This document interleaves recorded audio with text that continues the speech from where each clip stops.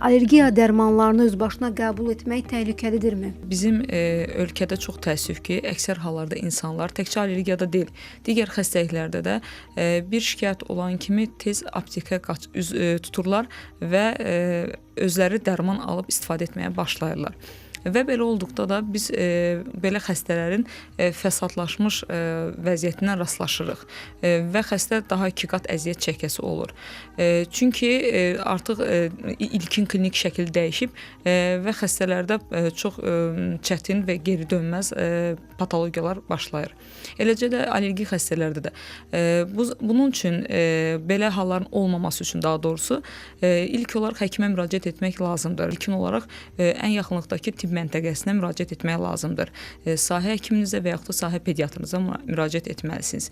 Allergoloqa müraciət edərək ixtisaslaşmış düzgün müalicə ala bilərsiniz. Araz FM, qovuşduran radio.